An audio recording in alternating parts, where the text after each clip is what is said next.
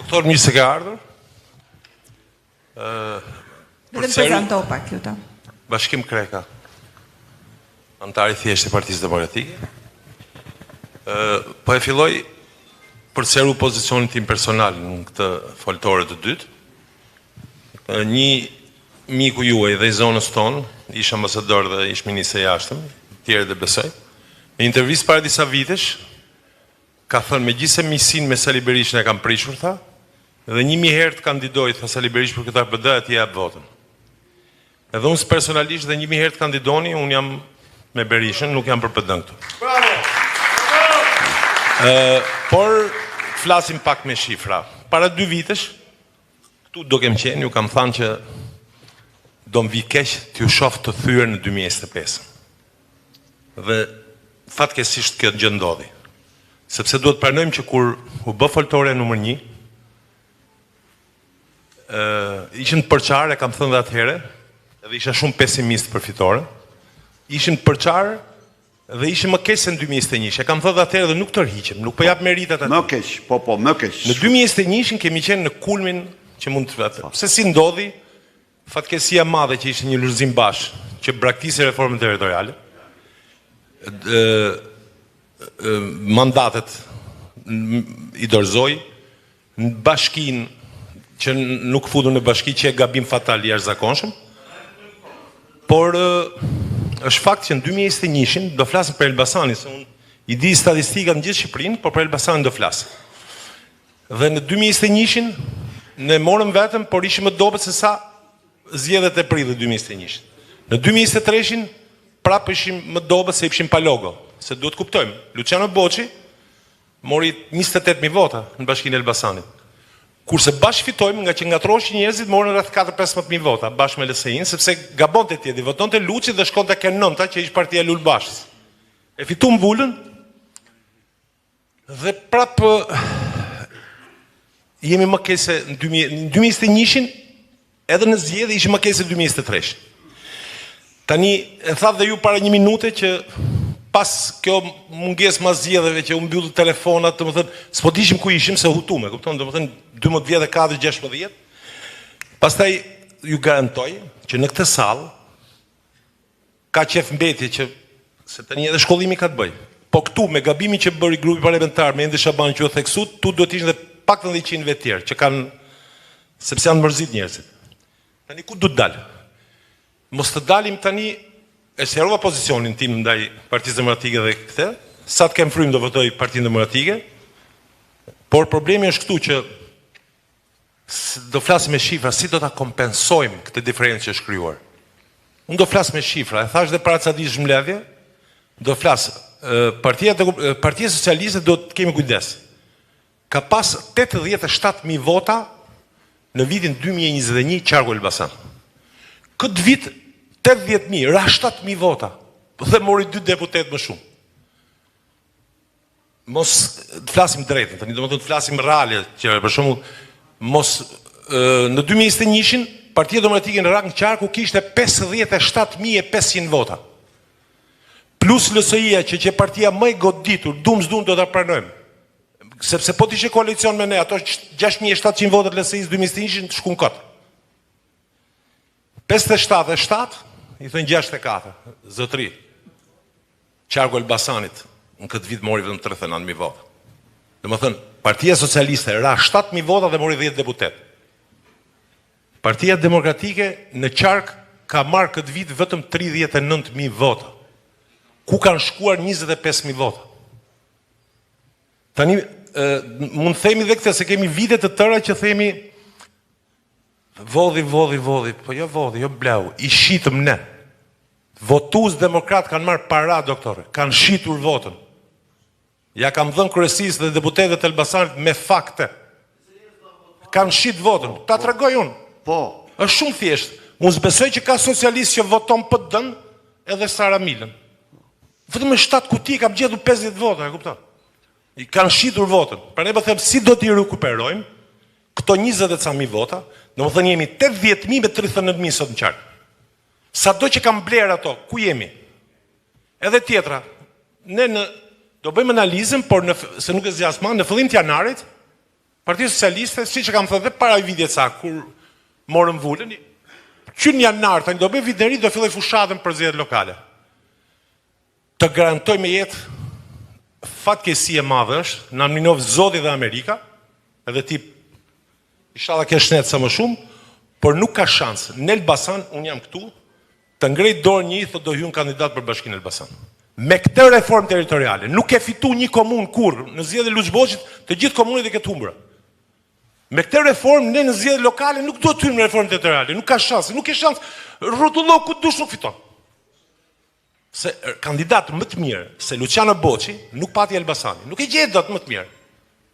Në Elbasan, ai shkoi ke 2000 ca vota minus, sepse do të pranojmë 1800 punësuar bashki, e kupton? Ju e latë administratën 90.000, do kanë çu 200.000.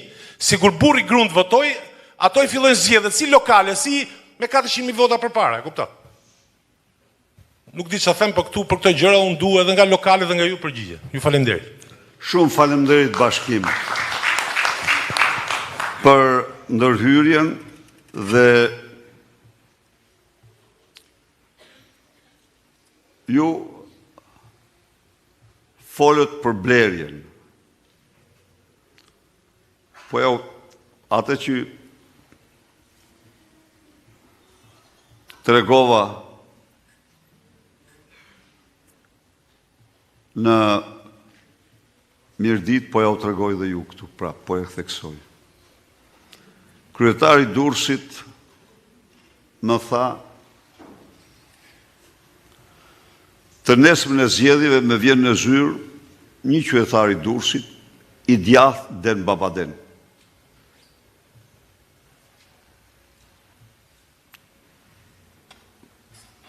Natën e zgjedhjeve të këtë dera vjen një djalë dhe më jep një zarf. Iku. Hap zarfin unë, 1.000 euro. Dhe shënimi. Mos dil në votim. Duhet votonim 3 vetë, unë, groja dhe djali. Gjithë natën nuk fjeta, po me që parat, me që mngele 1.000 euro në dorë, nuk dolem në votim. Nga Afrika, se që mund të pësoni, po të dilnim, se ishte urdhri mafioz, mos voton nesër. Ky është një rast, do të doja shumë të bënim atë analizë që numerike dhe është e drejt gjithmonë të bëhat, vetëm ka i gjë, Bashkim.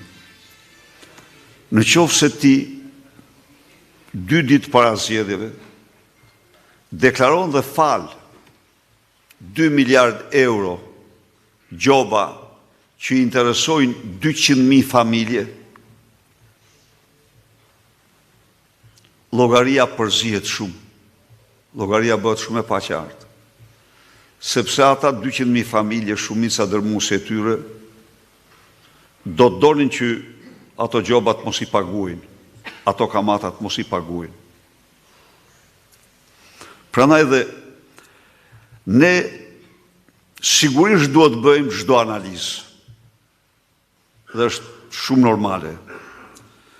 Ne duhet të njohim shumë mirë terrenin, të dim ku janë ato 25.000 vota, kanë ikë nga Shqipëria, nuk dolën në votim, apo çfarë ndodhi me to. Kjo është e domosdoshme. Vetëm një gjë, kur të mos harrojmë, me Edi Ramës zgjedhje nuk ka. Në vitin 2028, në qoftë se pranojmë me shkuën zgjedhje, ai në mes të fushatës do vendos jo 100 euro për pensionist, po 200 euro për pensionist. Si ka për asgjë? Ja u them unë. Për asgjë. Për 761 pensionist do jap 200 euro. Pastaj se cili është efekti i tyre në vota, merret me mend. Pra, themelore është, për atë që ka qenë kryeministra e ka shumë qartë, që në qoftë se ai nuk ka bërë betimin me vete se unë do pranoj vullnetin e popullit tim, ai mund të qëndrojë në karrige si diktator gjersa ta heqë zvar nga zyrat e tij. Këtu, pararësi ti e pranoj rotacionin. Fatos Nana humbi zgjedhjet, edhe shkojnë dolin pension. Huma në 2013 zgjedhjet, miru pafshim. Dhe do themi gjë këtu, e kam thënë dhe diku tjetër. Një mik Amerikanë më pyet, i tha, qa do e bësh ti ati? I thash, nuk merrem me te. Po pse mor nuk merresh me te? I thash, sepse ai, ne i thash, jemi demokraci e re. Po ai një gjest e bëri. Ai dha dorëheqjen. Bëri rotacionin e pushtetit. Pra, mund të ketë bërë damaj, se nuk ishte angel, jo, i dini vetë ju, s'po hytar me folë mërte. Po një shërbim vendit ja bërë jaj.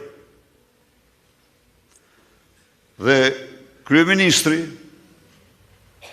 për ta ilustruar, në vitin 2009 erdhi këtu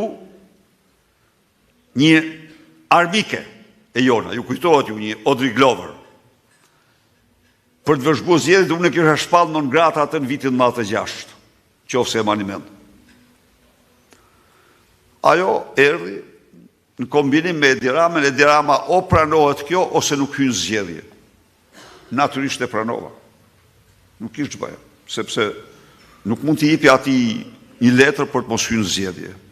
Por, për tira, 3 muaj para zgjedhjeve, bëra një vendim qeverie, në cilin ndalova të gjitha administratën shtetërore që të mund përdorë qoftë dhe mjetin më të vogël shtetëror në fushat.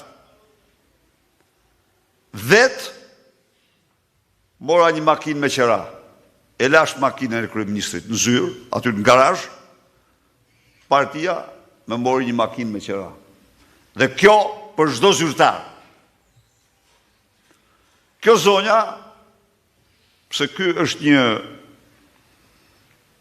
një standard që ka rëndësi shumë të madhe. Përdor ti mjetet e shtetit në fushat dhe pastaj s'mund të krahasohesh me asnjë parti, apo ti u vën ndryrin mjeteve të shtetit dhe del me ato mjete që ka partia. Kjo zonjë